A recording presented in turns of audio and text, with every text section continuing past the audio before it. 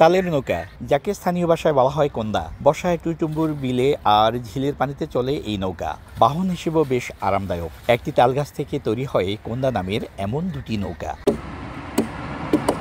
কারিগররা জানান, বিল আর ঝিলে গরুর ঘাস কাটা সহ নানা কাজে ব্যবহৃত হয়ে থাকে বিশেষ এই নৌকা। তাই বর্ষা এলে এর চাহিদা পূরণে ব্যস্ত সময় কাটাতে হয় তাদের। 2 থেকে 3 দিনে একজন কারিগর তৈরি করতে পারে একটি কোন্দা। প্রতিটি কোন্দা তৈরিতে খরচ হয় 4,000 টাকার বেশি, কিন্তু খরচ পুষিয়ে বিক্রিতে লাভ হয় সামান্য।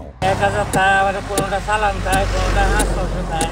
এটা এক দিতে দিয়েছি 1200, ওই বানানিয়ে দিয়াম ও 1200, এরপরে বেচা মানে 4,000, 4,500 আমার হাতেই হয়ে গেছে।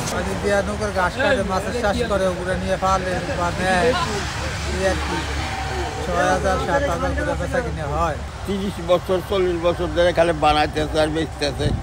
এই দিন এটা ব্যবহার করা, পানি আছে ব্যবহার করে। এক সময় চাঁদপুরে, বিশেষ করে পূর্বাঞ্চলের হাজীগঞ্জ, ছায়ারাস্তি এবং কচুয়া উপজেলার বিস্তীর্ণ জনপদের বিল ঝিলে বেশ প্রচলন ছিল এই বাহনের। তবে কালের বিবর্তনে অনেকটাই কমেছে কোন্দার ব্যবহার।